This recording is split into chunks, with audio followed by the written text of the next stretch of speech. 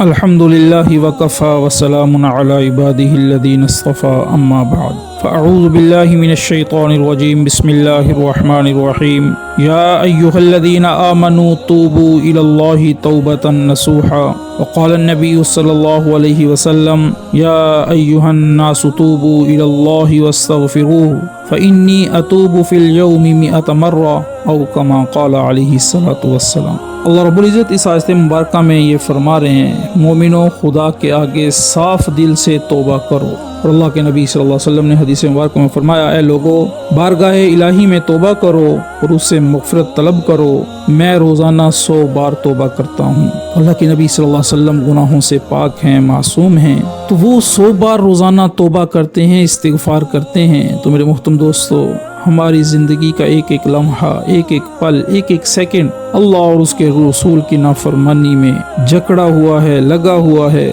تو ہمیں کتنی توبہ کی ضرورت ہے۔ اللہ نے جب انسان کو پیدا کیا، ایک حدیث کا مفہوم ہے، تو اللہ نے لوح محفوظ پر لکھ دیا کہ میری رحمت میرے غصہ پر حاوی ہے، میرے غصہ پر۔ ایک حدیث قدسی میں اللہ فرما رہے ہیں، یا عبادی لو بلغت ذنوبک عنان السماء ثم استغفرتنی غفرتک ولا ابالی، کہ میرے بندے اگر تو اتنے گناہ کرے کہ آسمان کی چھت کو جا کے لگ جائیں، حالانکہ ایسا ہو نہیں سکتا، سارے انسان مل کر بھی گناہ کریں تو اتنا نہیں ہو سکتا کہ آسمان تک پہنچ جائیں، لیکن اگر تو اکیلا ہی اتنے گناہ کر لے، ثم استغفرتنی، پھر میرے دربار میں آ کے ندامت کے ساتھ اور دل کے پکے ارادے کے ساتھ کہ اے اللہ آئندہ تیری نافرمانی نہیں کروں گا، ایک دفعہ کہہ دے یا اللہ مجھے معاف کر دے، تو اللہ کیا کہتے ہیں، غفرتک ولا ابالی، سارے معاف کر دوں گا اور مجھے کوئی پرواہ نہیں۔ تو اللہ اپنے بندے سے 70 ماؤں سے زیادہ پیار کرتے ہیں۔ تو موسیٰ علیہ السلام کی قوم میں قارون نامی ایک شخص تھا جو بڑا مالدار تھا۔ تو موسیٰ علیہ السلام نے جب اسے زکوٰۃ دینے کا کہا تو اس کو اس بات پر غصہ آیا، اس نے موسیٰ علیہ السلام پر تہمت لگانے کا پروگرام بنایا۔ تو اس نے ایک عورت کو پیسے کا لالچ دے کر تیار کیا کہ جب موسیٰ علیہ السلام واعظ و نصیحت کریں تو کھڑی ہو کر کہہ دینا کہ موسیٰ علیہ السلام نے نعوذ باللہ میرے ساتھ بدکاری کی ہے۔ تو وہ عورت اس پر تیار ہو گئی۔ تو جب موسیٰ علیہ السلام لوگوں کو واعظ و نصیحت فرما رہے تھے تو قارون اٹھ کے کھڑا ہوا، کہنے لگا، اے موسیٰ، اگر کوئی کسی عورت کے ساتھ بدکاری کرے تو اس کی سزا کیا ہے؟ موسیٰ علیہ السلام نے کہا کہ اس کو رجم کیا جائے گا، پتھر مار مار کر اسے مار دیا جائے گا۔ تو قارون کہنے لگا کہ اگر یہ برائی آپ سے ہو جائے؟ تو موسیٰ علیہ السلام نے کہا کہ میری بھی یہی سزا ہے۔ تو قارون نے اس عورت کی طرف اشارہ کیا، وہ اٹھ کے کھڑی ہو گئی۔ اللہ نے اس کے دل میں موسیٰ علیہ السلام کی ایسی ہیبت ڈالی کہ وہ ڈر گئی اور خوف کے مارے اس کی زبان سے نکلا کہ اے موسیٰ مجھے معاف کر دو، مجھے قارون نے پیسے کے لالچ دے کر اس بات کے لیے تیار کیا تھا کہ میں آپ پر تہمت لگا دوں، آپ مجھے معاف کر دیجئے۔ موسیٰ علیہ السلام کو اس بات پہ غصہ آیا اور بارگاہ الہی میں عرض کی، یا اللہ اس اپنے نافرمان کو پکڑ لے۔ تو اللہ نے کہا، موسیٰ یہ زمین تیرے حکم کے تابع ہے، تو جیسا اسے حکم دے گا یہ ویسا کرے گی۔ تو موسیٰ علیہ السلام نے زمین کو حکم دیا کہ اس کو پکڑ لے۔ زمین نے قارون کے پاؤں کو پکڑ لیا تو وہ موسیٰ علیہ السلام سے معافی مانگنے لگا، موسیٰ مجھے معاف کر دے۔ تو موسیٰ علیہ السلام نے پھر حکم دیا زمین کو کہ اسے پکڑ لے، یہاں تک کہ اس نے اس کے سارے جسم کو اپنے اندر لے لیا، صرف اس کا چہرہ باہر ہے۔ تو کہنے لگا، اے موسیٰ تو نے میرے مال پر قبضہ کرنے کی غرض سے میرے ساتھ یہ معاملہ کیا۔ تو موسیٰ علیہ السلام نے اس کا سارا مال منگوایا اور اس کے ارد گرد جمع کر کے اس کو مال سمیت پکڑنے کا حکم دیا۔ زمین نے مال سمیت قارون کو اپنے اندر نگل لیا۔ جب وہ زمین میں دھنس گیا تو اللہ رب العزت نے موسیٰ علیہ السلام سے کہا، اے موسیٰ یہ قارون بھی بڑا نادان تھا، تجھ سے معافیاں مانگتا رہا، میری عزت کی قسم اگر ایک دفعہ بھی کہہ دیتا یا اللہ مجھے معاف کر دے تو میں اسے زمین سے نکال کے باہر کھڑا کر دے۔ تو موسیٰ علیہ السلام نے ایک دفعہ اللہ سے عرض کی، یا اللہ میری امت کا سب سے گناہ گار مجھے دکھا دے کون ہے؟ اللہ رب العزت نے موسیٰ علیہ السلام سے کہا، ہے موسیٰ صبح جو شخص سب سے پہلے تجھے نظر آئے گا وہ تیری امت کا سب سے گناہ گار ہوگا۔ تو موسیٰ علیہ السلام نے صبح ایک آدمی کو دیکھا کہ ایک چھوٹے سے بچے کے ساتھ جا رہا ہے، بچے نے اپنے باپ کی انگلی پکڑی ہوئی ہے تو اس کے ساتھ جا رہا ہے۔ تو دوسرے دن پھر دعا کی، یا اللہ مجھے میری امت کا سب سے نیک انسان دکھا دے۔ تو اللہ रब्बुल ने फरमाया मूसा सुबह जो सबसे पहले तुम्हें नजर आए वो तेरी उम्मत का सबसे ज्यादा नेक आदमी होगा। तो दूसरे दिन सुबह को मूसा अलैहिस्सलाम ने क्या देखा कि वही आदमी अपने बच्चे के साथ आ रहा है। तो मूसा अलैहिस्सलाम ने अल्लाह से अर्ज किया, या अल्लाह ये क्या मामला है, सबसे गुनाहगार भी यही और सबसे ज्यादा नेक भी यही। तो अल्लाह रब्बुल ने फरमाया मूसा जब पहले दिन तूने इसे देखा था तो ये सबसे ज्यादा गुनाहगार था, इसके गुनाह सबसे ज्यादा थे। तो ये अपने बेटे के साथ जब जा रहा था तो ये एक पानी की नाली से गुजरने लगा। तो बेटे ने पूछा, ए बाप क्या इस नाली से भी बड़ी कोई चीज है? तो इसके बाप ने कहा, हाँ नहरें इससे भी बड़ी होती हैं। फिर बच्चे ने मासूमाना अंदाज में सवाल किया कि क्या नहरों से भी बड़ी कोई चीज है? तो इसके बाप ने जवाब दिया, हाँ समंदर उससे भी बड़े हैं। तो फिर बच्चे ने पूछा कि क्या समंदरों से भी बड़ी कोई चीज है? फरमाया, हाँ तेरे बाप के गुनाह समंदरों से भी ज्यादा हैं। तो फिर वो बच्चा कहने लगा, क्या उससे भी बड़ी कोई चीज है? फरमाया, हाँ अल्लाह की रहमत उससे भी बड़ी है। ये बात कहते हुए इस बंदे के दिल में शर्मिंदगी हुई, ये मुझसे डरा और अपने गुनाहों से तौबा की तो मैंने इसके सारे गुनाहों को नेकियों में बदल दिया। तो इससे जो कल सबसे ज्यादा बुराइयों वाला था आज तौबा करने के बाद इसकी नेकियां सबसे ज्यादा हो गई और ये सबसे ज्यादा नेक बन गया। तो मेरे मोहतरम दोस्तों, अल्लाह तो अपने बंदे को बख्शने के बहाने ढूंढता है। हजरत हसन बसरी रहमतुल्लाह अलैह के दौर का एक वाकया किताबों में मिलता है कि आपकी एक शागिर्दा जो बाकायदा आपका दर्स सुनने के लिए आया करती थी, इबादत गुजार खातून थी, बाकायदा दर्स सुनती और नेकी पर जिंदगी गुजारती थी। इस बिचारी का जवानी में खामद चल बसा।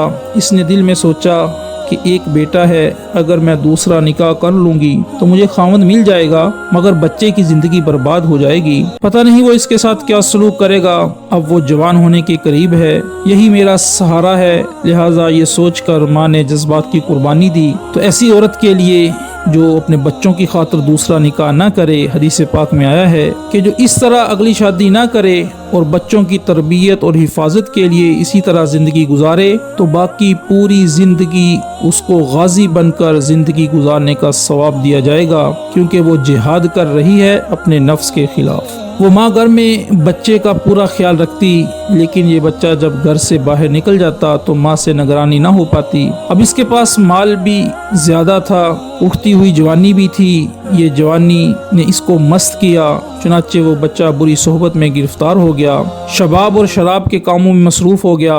माँ बराबर समझाती लेकिन बच्चा पर कुछ असर ना होता। वो इनको हजरत हसन बसरी रहमतुल्लाह अलैह के पास लेकर आती। हजरत हसन बसरी रहमतुल्लाह अलैह भी इसको कई घंटे समझाते लेकिन इसका नेकी की तरफ ध्यान ही नहीं था। कभी कभी माँ से मिलने आता, माँ फिर समझाती और फिर इसको हजरत हसन बसरी रहमतुल्लाह अलैह के पास ले जाती। तो हजरत हसन बसरी रहमतुल्लाह अलैह इसके लिए दुआएं भी करते मगर इसके कानों पर जूं ना रेंगती। हत्ता कि हजरत हसन बसरी रहमतुल्लाह अलैह के दिल में ये बात आई कि शायद अब इसका दिल पत्थर बन गया है, मुहर लग गई है। माँ तो बहरहाल माँ होती है, दुनिया में माँ ही तो है जो अच्छों से भी प्यार करती है, बुरों से भी प्यार करती है। इसकी नजर में तो इसके बच्चे ही होते हैं, माँ तो इनको छोड़ नहीं सकती। तो देखिए अल्लाह की शान, कई साल बुरे कामों में लगकर इसने सेहत भी बर्बाद कर ली और दौलत भी तबाह कर दी। इसके जिस्म में बीमारियां पैदा हो गईं। डॉक्टरों ने बीमारी भी लाइलाज बताई। अब उठने की भी ताकत नहीं थी, वो बिस्तर पर पड़ा रहता और इतना कमजोर हो गया कि अब इसको आखिरत का सफर सामने नजर आने लगा। माँ फिर पास बैठी हुई मोहब्बत से समझाती रही, मेरे बेटे अब तूने जो जिंदगी का हशर कर लिया सो कर लिया, अब भी वक्त है, माफी मांग ले, तौबा कर ले, अल्लाह गुनाहों को माफ करने वाला है। जब माँ ने प्यार मोहब्बत से समझाया इसके दिल में कुछ असर हुआ। कहने लगा, माँ मैं कैसे तौबा करूं, मैंने बड़े बड़े गुनाह किए हैं। माँ ने कहा, बेटा मैं हजरत हसन बसरी रहमतुल्लाह अलैह से पूछ कर आती हूँ। कहा, अम्मी मैं चल कर नहीं जा सकता, आप उठा कर ले जा नहीं सकती, तो मैं कैसे इन तक पहुँचूं? अम्मी आप ऐसा करें कि आप खुद हजरत हसन बसरी रहमतुल्लाह अलैह के पास जाएं और हजरत को बुला कर ले आए। माँ ने कहा, ठीक है बेटा मैं हजरत के पास जाती हूँ। बच्चे ने कहा, अम्मी अगर आपके आने तक मैं दुनिया से रुखसत हो जाऊँ तो अम्मी हसन बसरी रहमतुल्लाह अलैह से कहना कि मेरे जनाजे की नमाज वही पढ़ाएं। चुनाचे माँ हजरत हसन बसरी रहमतुल्लाह अलैह के पास गई। हजरत हसन बसरी रहमतुल्लाह अलैह खाने से फारग हुए थे और थके हुए थे और दर्स भी देना था, इसलिए कैलूला के लिए लेट गए। माँ ने दरवाजा खटखटाया, पूछा कौन? अर्ज किया, हजरत मैं आपकी शागिर्दा हूँ, मेरा बच्चा अब आखिरी हालत में है, वो तौबा करना चाहता है, लिहाजा आप घर तशरीफ ले चलें और मेरे बच्चे को तौबा करा दें। हजरत ने सोचा कि अब फिर वो इसको धोखा दे रहा है और फिर इसका वक्त ज़ाया करेगा और अपना भी करेगा। सालों गुजर गए, अब तक कोई बात असर न कर सकी। अब क्या करेगी? कहने लगे मैं अपना वक्त क्यों ज़ाया करूं, मैं नहीं आता। माँ ने कहा हजरत इसने तौबा भी कहा, इसने तो ये भी कहा कि अगर मेरा इंतकाल हो जाए तो मेरे जनाजा की नमाज हजरत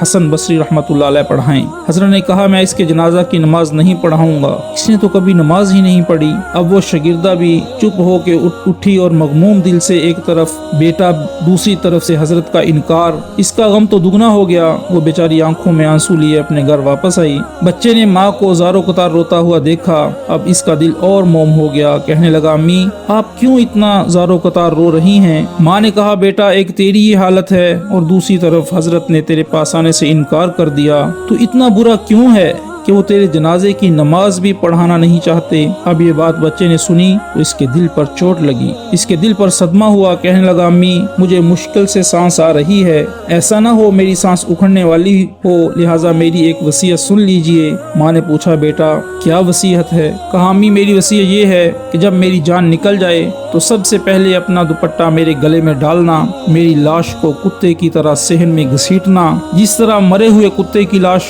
घसीटी जाती है। माँ ने पूछा बेटा वो क्यों? तो बेटे ने कहा अम्मी इसलिए कि दुनिया वालों को पता चल जाए कि जो अपने रब का नाफरमान और माँ बाप का नाफरमान होता है उसका अंजाम ये हुआ करता है। और अम्मी मुझे कब्रिस्तान में दफन न करना। माँ ने कहा बेटे तुझे कब्रिस्तान में दफन क्यों ना करूं? कहा अम्मी मुझे इसी सहन में दफन कर देना, ऐसा ना हो कि मेरे गुनाहों की वजह से कब्रिस्तान के मुर्दों को तकलीफ पहुँचे। जिस वक्त नौजवान ने टूटे दिल से आजिज़ी की ये बात कही तो परवरदिगार को इसकी ये बात अच्छी लगी, रूह कब्ज़ हो गई।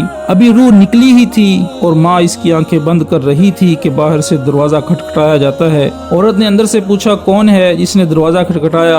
जवाब आया मैं हसन बसरी हूँ। कहा हजरत आप कैसे? मैं जब मैंने तुम्हें जवाब दिया मैं सो गया, ख्वाब में अल्लाह रब्बुल इज्जत का दीदार नसीब हुआ तो परवरदिगार ने फरमाया हसन बसरी तू मेरा कैसा वली है, मेरे एक वली का जनाजा पढ़ने से इनकार करता है। मैं समझ गया कि अल्लाह ने तेरे बेटे की तौबा को कबूल कर लिया और तेरे बच्चे की नमाज जनाजा पढ़ने के लिए हसन बसरी खड़ा है।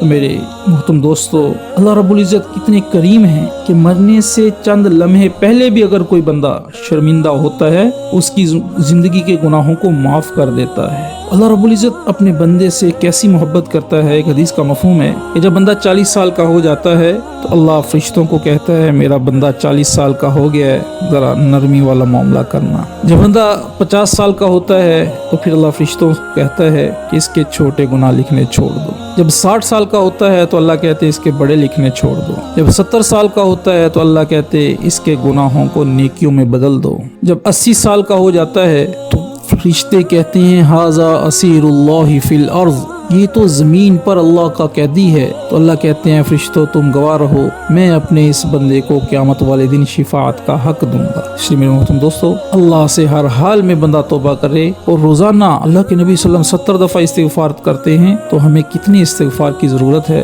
अल्लाह रब्बुल इज़्ज़त हम सबको तौबा करने की तौफीक अता फरमाए।